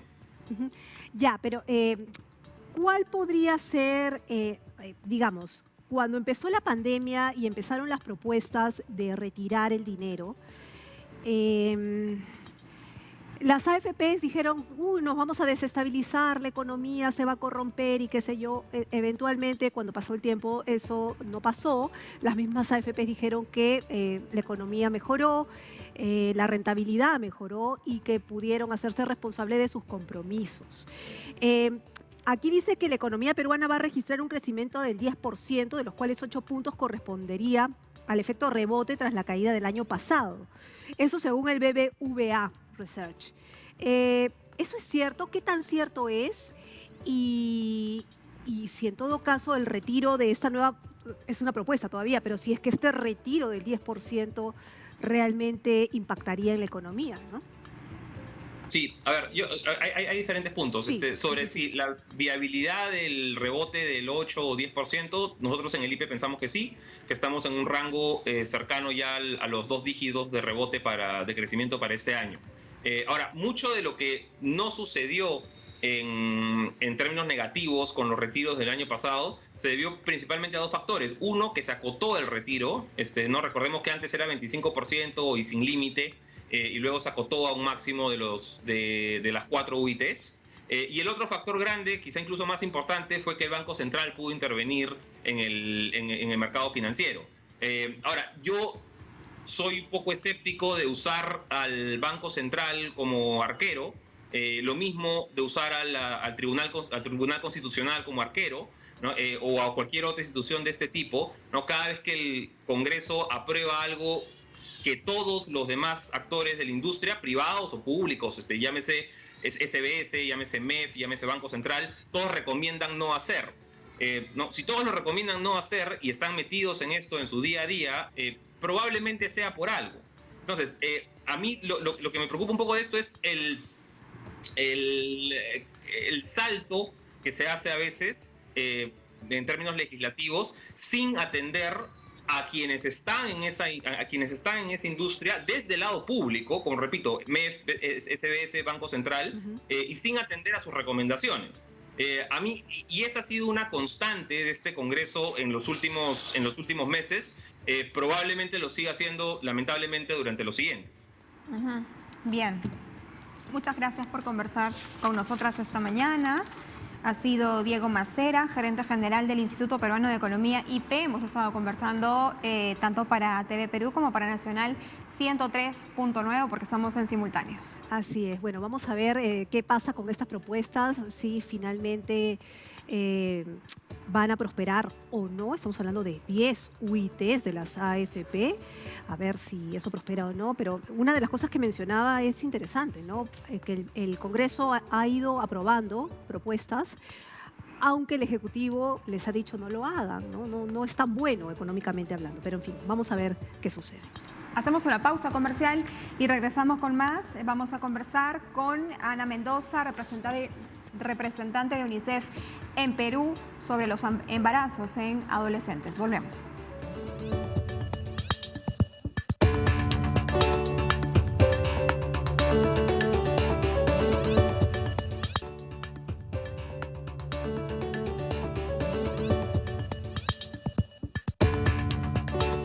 Bien, como lo dijimos antes de la pausa, vamos a conversar ahora sobre el estudio que ha presentado UNICEF,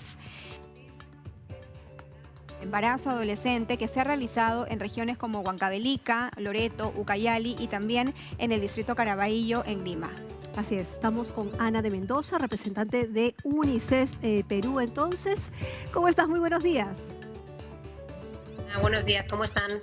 ¿Qué tal? Bueno, UNICEF presentó el estudio de normas sociales relacionadas con el embarazo adolescente, realizado justamente en las regiones de Huancavelica, Loreto, Ucayali y Caraballo en Lima. ¿Qué fue lo que ha encontrado? Bueno, la importancia de ese estudio yo creo que radica es que es el primer estudio de esta naturaleza que se hace en el país, donde no se busca solamente las cifras de cuál es la incidencia o la prevalencia de embarazo adolescente, que ya la conocemos, sino ver un poco qué hay detrás, cuáles son las creencias, cuáles son las ideas, el imaginario social que refuerza o no el hecho de que las adolescentes queden embarazadas, ¿no? Entonces, bueno, encontramos varios hallazgos. Yo creo que hay uno importante que es que se responsabiliza fundamentalmente a las mujeres adolescentes de su embarazo y se exime de cualquier responsabilidad a los chicos, ¿no? Entonces esto nos habla también de un resabio de cultura bastante machista, donde la parte de protección y de anticoncepción está relegada a las mujeres, ¿no? Luego también es interesante ver que los adolescentes sienten que los adultos no son personas cercanas para hablar de los temas de sexualidad, ¿no? Ni los profesores profesores, ni los docentes, ni los centros de salud parecen amigables para hablar de estos temas.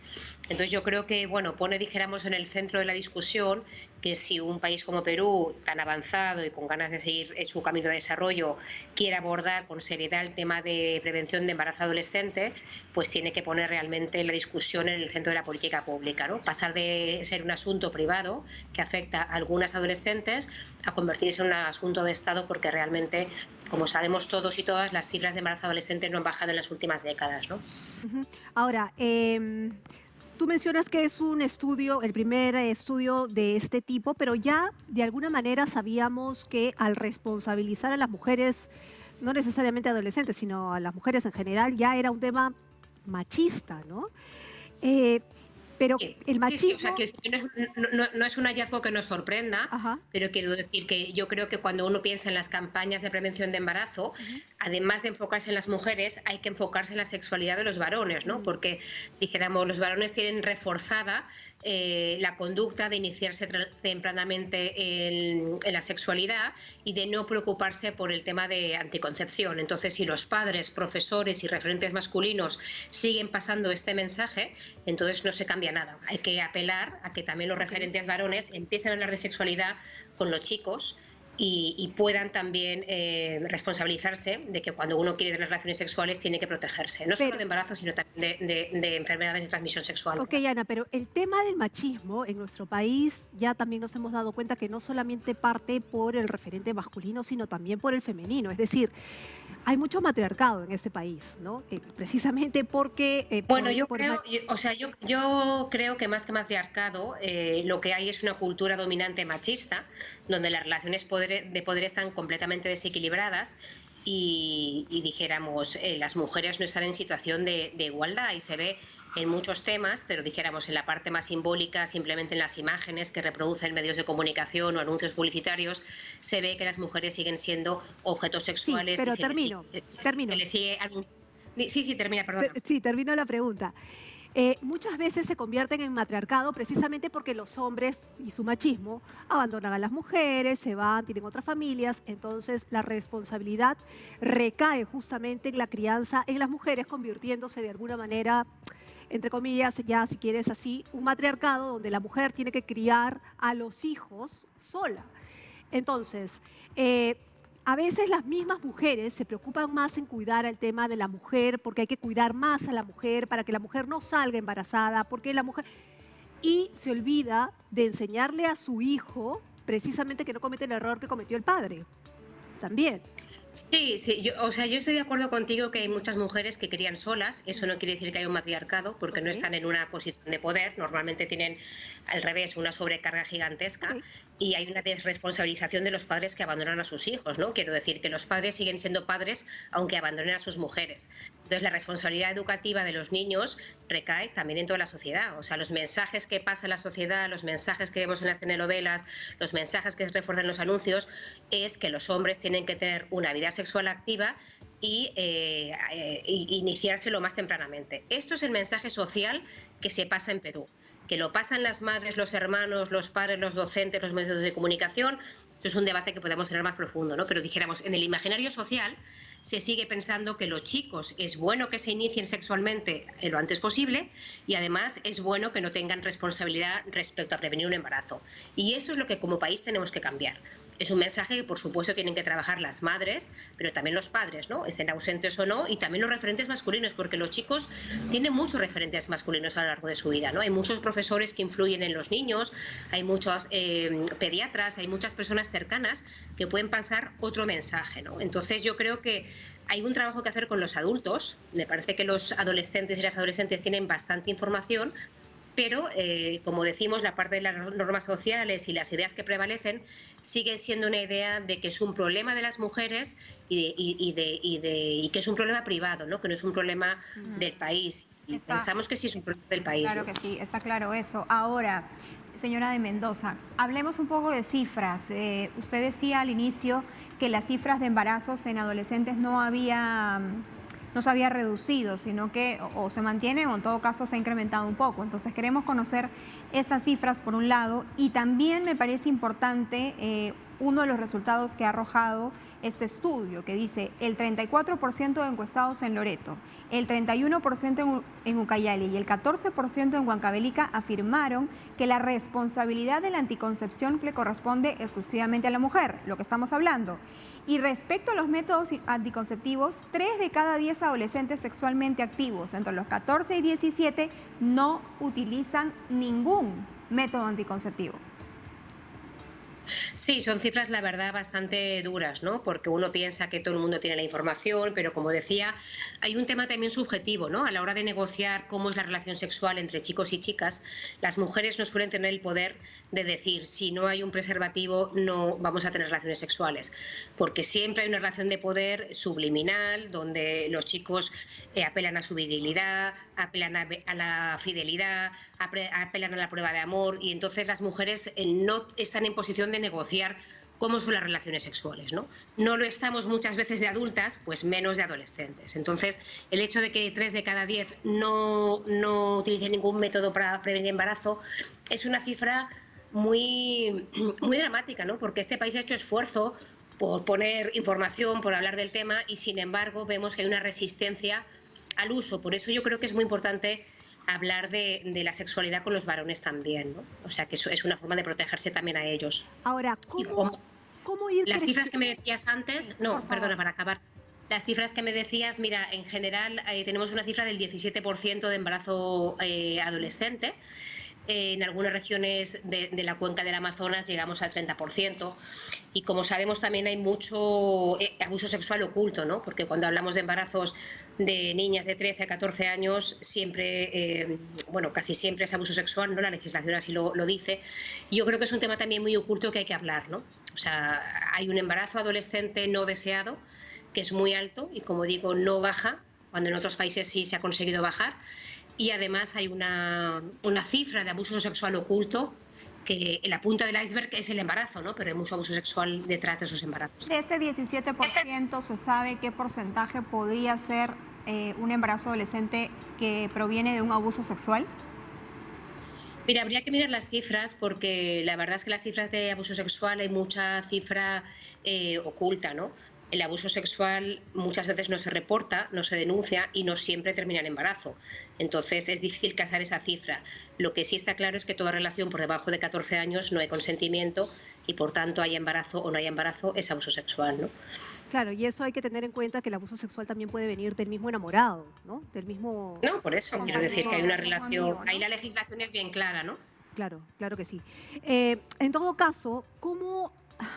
Es que es bien complicado esto, pero ¿cómo hacer que las niñas, adolescentes y qué sé yo, comiencen a desarrollar una personalidad de decir no, y que no es no, no quiero, pues, ¿no? Bueno, yo pienso que hay que hacer un trabajo con niñas y niños, ¿no? Porque también cuando miras el estudio, los chicos y chicas inician su sexualidad bastante más tardíamente de lo que pensamos. Pero cuando les preguntas a qué edad creen que sus amigos empiezan, todos creen que empiezan 3 años antes.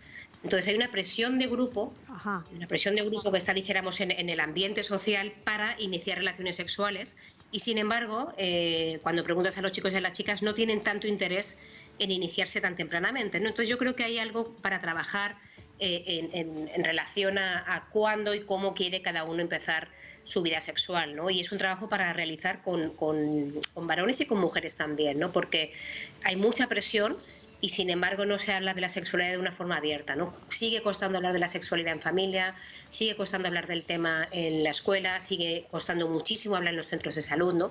Los chicos y chicas en el estudio relatan que no se sienten bien atendidos, que no sienten que los servicios sean amigables, y me parece que eso es fundamental también, ¿no? Entonces, hablar, o sea, yo creo que hay que mirarlo a los ojos directamente al problema, y que se pueda hablar de embarazo adolescente en la campaña política, y que se pueda hablar en el discurso público, y que se pueda definir cuál es la mejor estrategia para reducirlo, ¿no? Pero yo creo que ocultándolo, pues estamos viendo que los resultados no son positivos, ¿no?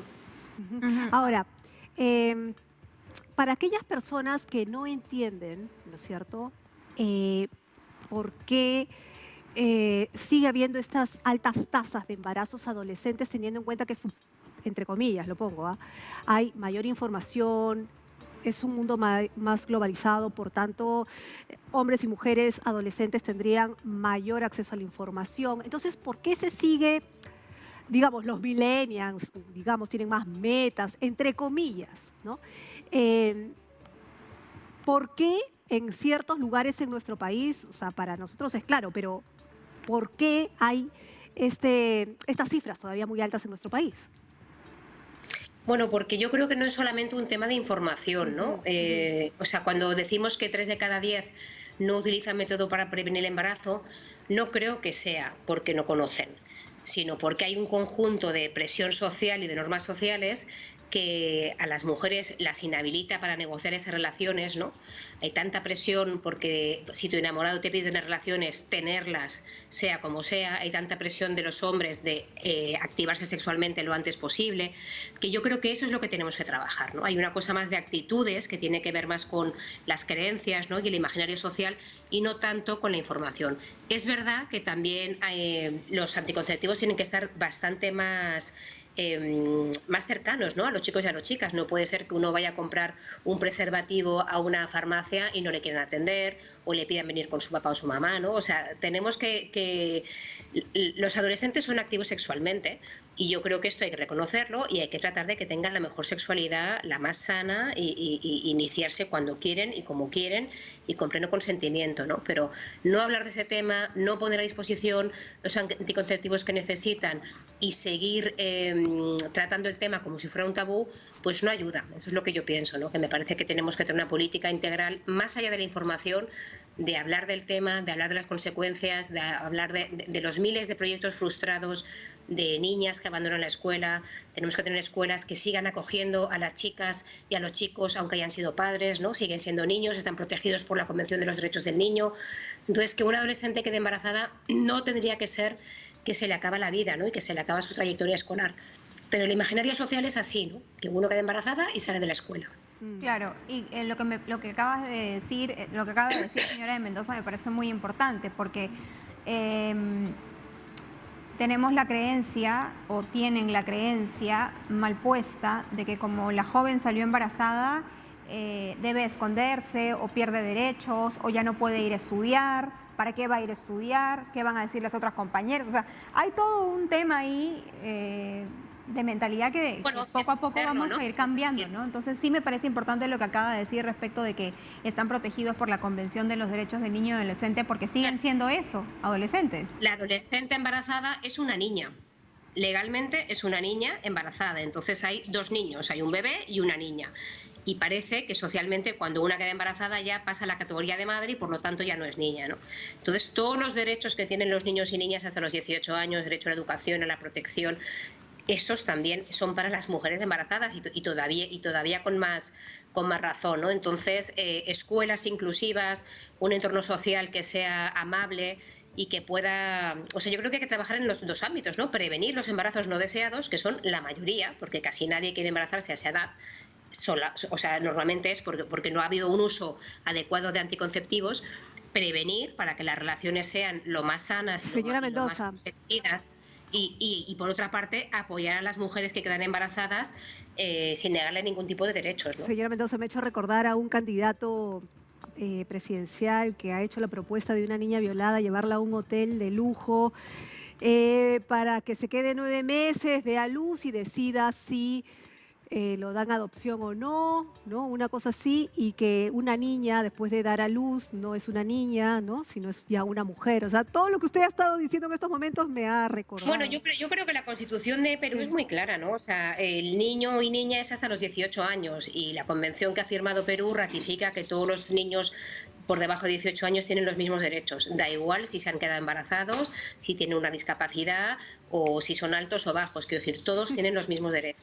Y yo creo que en una violación lo que tendríamos que pensar primero es perseguir el delito y y sancionar realmente el delito, en lugar de estar pensando qué hace esta niña con su niño y cómo vamos a estigmatizarla, ¿no? O sea, yo creo que hay un tema de estigma que hay que trabajar también. una persona no pierde su vida por salir embarazada, pero hay que tratar de que la gente no salga embarazada si no es lo que quiere. Y además, muchísimas gracias a la señora Ana de Mendoza. Y respecto de lo que apuntabas, Carla, suena hasta hiriente, ¿no? Es aterrado. Lo que propone este candidato, no sé si nos podrían ayudar con el nombre, pero... Aliaga, ¿no? El candidato Aliaga. Aliaga, ¿no? López Aliaga del partido... Renovación. Hay que prevenir que existan violaciones en Perú, ¿no? Este es el tema que debería preocuparnos. Exactamente. Mientras estamos... él no enfoca el tema. Él dice, le vamos a dar un hotel 5 estrellas para que termine el embarazo. Eso no, vamos a que erradicar la violación del país. Eso es proponer. En eso tenemos que trabajar. Muchas gracias, señora Ana de Mendoza, representante de UNICEF en Perú. Una niña embarazada en colegio sigue siendo una niña. Ojo. Claro. Es que muchos padres retiran a sus hijos o ya no las mandan por vergüenza, o el colegio a veces no las quiere recibir. Entonces, ojo con eso, porque ahí los padres de familia tienen el Código de Niños y Adolescentes que los ampara para ejercer los derechos de esa niña, ¿no? Así es. No se le acaba la vida, pues, sino cómo va a mantener a su hijo o a su hija. Un poquito de apoyo con la sociedad, un poquito de solidaridad, además. Hacemos una pausa y regresamos con más.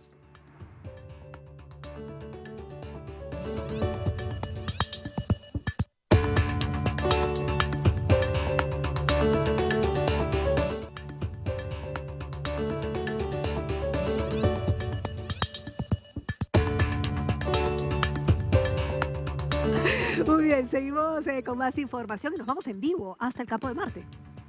Con nuestro compañero Salvador Sampén. Salvador, ¿cómo estás? Adelante.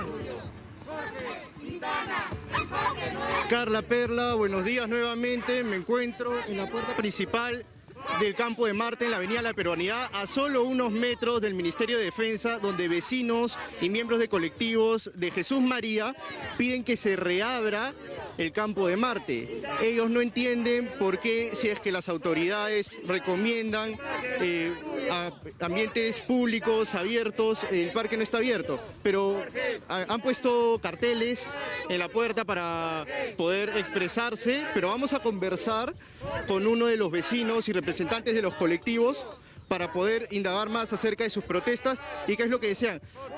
Buenos días, ¿me puede decir su nombre, por favor? Rafael Velarde. Rafael, bienvenido para TV Perú, estamos en vivo. ¿Cuál es su protesta? Mire, nosotros tenemos hace tiempo ya un montón de comunicaciones a la municipalidad, primero para que nos explique cuáles son las razones legales y cuál es el dispositivo, el documento, ordenanza, etcétera, por las cuales cierran el campo de Marte hasta el día de hoy nada, violando la ley de acceso a la información.